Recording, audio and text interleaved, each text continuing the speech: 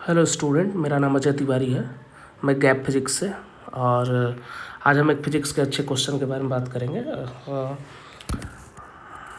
Easy question है, बच्चों को सॉल्व करने में थोड़ी डिफ़िकल्टी इसलिए होती है क्योंकि आप गलत पाथ चूज कर लेते हो।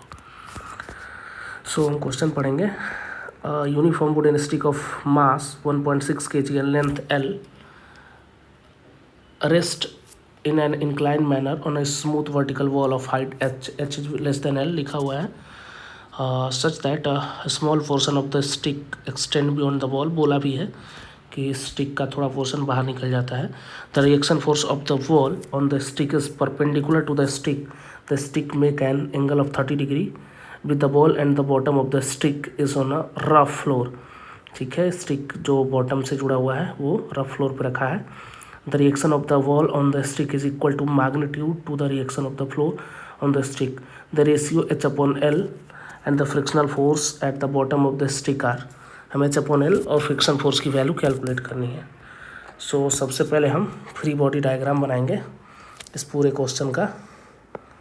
सो सबसे पहले मैं वर्टिकल वॉल बना दिया मैंने और यहाँ से मैंने एक हॉरिजॉन्टल हमारा जो सरफेस है वो बना दिया। अब ये हमारा स्टिक कुछ इस तरीके से है कि ये वॉल के थोड़ा बियॉन्ड बाहर निकला हुआ है। सो एक पॉइंट मैंने ये ले लिया A और ये है हमारा B। इस पॉइंट को मैंने, इसके सेंटर को मैं, जो स्टिक का सेंटर होगा उसको मैंने बोल दिया C। और यहाँ पे क्वेश्चन में बोला हुआ है कि यहाँ का नॉर्मल रिएक्शन और यहाँ का नॉर्मल रिएक्शन सेम है। और भी मेंशन किया हुआ है कि ये वाला एंगल है 30 डिग्री। ठीक है, अब चूंकि मैंने सी पॉइंट को सेंटर बोला है तो वेट यहाँ नीचे लग रहा होगा। वेट बोला है 1.6 kg, सो 1.6 G नीचे लग रहा होगा। अगर ये 30 डिग्री है तो नो डाउट ये 60 डिग्री होगा। अगर ये सेंटर मान ही लिया है तो इस लेंथ को मैं L/2 आराम से बोल सकता हूँ, यहाँ से C तक के लेंथ को।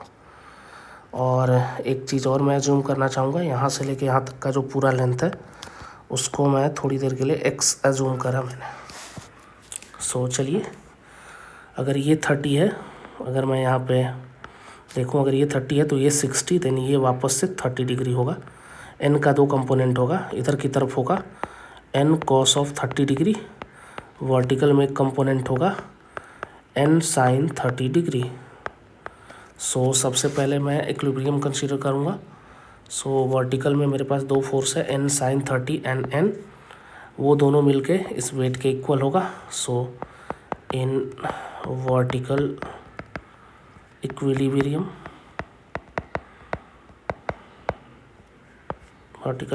में मैं लिखूँगा n plus n sin 30 is equal to 1.6 G। ये हो गया हमारा वर्टिकल इक्विलिब्रियम। यहाँ से मैं लिख सकता हूँ n plus n/2 is equal to 1.6 G को मैं डायरेक्ट 16 अगर लिखूँ तो ये होगा 3n/2 इज इक्वल टू 16।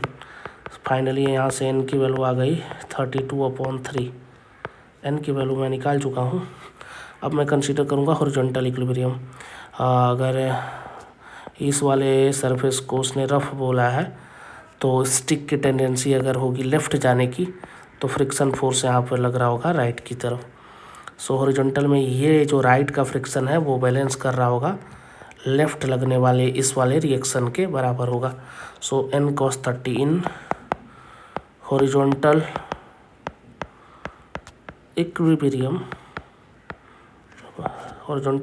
में मैं डायरेक्ट बोल सकता हूँ कि n cos 30 इक्वल होगा फ्रिक्शनल फोर्स के। मैं डायरेक्ट लिख सकता हूँ, n की वैल्यू है मेरे पास 32/3 पहले से मैं कैलकुलेट कर चुका हूँ और cos 30 होगा √3/2। सो ये हो जाएगा 16 √3/3। ये हमारे पास f की वैल्यू आ चुकी है। सो फ्रिक्शनल फोर्स हमने कैलकुलेट कर दिया, बट हम ज़्यादा खुश नहीं हो सकते क्योंकि मेरे पास 3 ऑप्शन है जहाँ पे 16 √3/3 है। सो मुझे दूसरा ऑप्शन और निकालना ही पड़ेगा, यानी h/L निकालना पड़ेगा। सो h/L मैं कैसे कैलकुलेट कर सकता हूँ? टॉर्क से।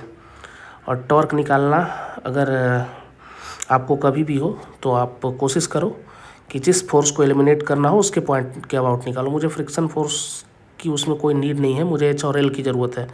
एच ये मेरा वर्टिकल वॉल की हाइट है, तो मैं ए के अबाउट निकालना चाहूँगा ताकि फ्रिक्शन एलिमिनेट हो जाए।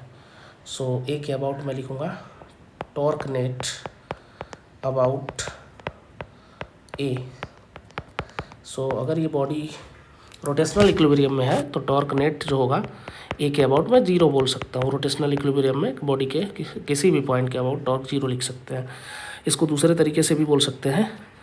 अगर मैं देखूँ तो मेरे पास वेट ये नीचे की तरफ लग रहा है, इसके लिए जो ये परपेंडिकुलर लेंथ है L/2 है और ये 60 डिग्री है, तो मैं इस वाले लेंथ को, इस लेंथ को बोल सकता हूँ L/2 cos of 60 degree. So torque होगा force into perpendicular length mg into L/2 cos of 60 degree. ये mg मैंने बोला 1.6g को ही बोला mg, मैं लिख दूंगा इसको। ये इसको घुमाना चाह रहा है क्लॉकवाइज। अच्छा, ये क्लॉकवाइज टॉर्क किसके इक्वल होगा? इधर कोई घुमा पा रहा है क्या? हाँ, ये वाला नॉर्मल रिएक्शन। कौन सा वाला? ये जो ऊपर लग रहा है वर्टिकल वॉल पे, तो ये इसको घुमाना चाह रहा है और ऑलरेडी मैंने ये परपेंडिकुलर लेंथ पहले से इस x को ले लिया है, तो n into x anti clockwise घुमाना चाह रहा है, उसके बराबर होगा n इंटू एक्स के। सो यहाँ से mg यानी कि 1.6 इंटू जी की वैल्यू 10, L/2 cos 60 होगा sin 30 के बराबर। n की वैल्यू मैं पहले कैलकुलेट कर चुका हूँ, आई थिंक ये है 32/3 इंटू एक्स। अब मैं इसको कैलकुलेट करना चाहूँगा। ये है 16, नीचे होगा 4 into L is equal to 32/3 into x. यहाँ से 4 से ये 8 बार में। सो एक्स की वैल्यू आ गई मेरे पास 3L/8। ये एक्स अननोन है, सो मैं इसको एलिमिनेट करना चाहूँगा। और एक चीज़ और मैं लिख सकता हूँ, ये जो ट्रायंगल है मैं इसको अलग से बनाना चाहूँगा। एक ट्रायंगल बन रहा है ये ऐसे, यहाँ से यहाँ तक इसको मैंने x बोला हुआ है, ये 30 डिग्री है, ये यहाँ से यहाँ तक h है। मैं इसमें अगर लिखूँ, अगर इस ट्रायंगल में मैं लिखूँ cos of 30 degree, so cos 30 होगा मेरा h/x। यहाँ से cos 30 को मैं लिख सकता हूँ √3/2। मुझे पता है कि x की वैल्यू मैं यहाँ से ले सकता हूँ, होगा 3L/8 तो है, x नीचे है, ऊपर h है। यहाँ से मैं h/L मुझे निकालना है। सो मैं लिख सकता हूँ यहाँ से फाइनली यहाँ से आएगा 8 दूना 16, 3√3/16 इज इक्वल टू h/L। ये हैगा मेरा h/L। सो फाइनली मेरे पास जो ऑप्शन है वो है 3√3/16 और एक है 16√3/3। सो मेरा जो करेक्ट ऑप्शन होगा वो होगा 3√3/16, 3√3/16 कौन सा होगा? हाँ, ये होगा, डी ऑप्शन मेरा करेक्ट हो जाएगा। तो इस तरीके से इस क्वेश्चन को हम इजीली कर सकते हैं। अगर आपको पसंद आया हो तो आप इसको शेयर करें अपने और फ्रेंड्स के साथ। Thank you. मिलते हैं फिर अगले क्वेश्चन के साथ। क्वेश्चन नंबर 2 हम जल्दी डिस्कस करेंगे। Thank you.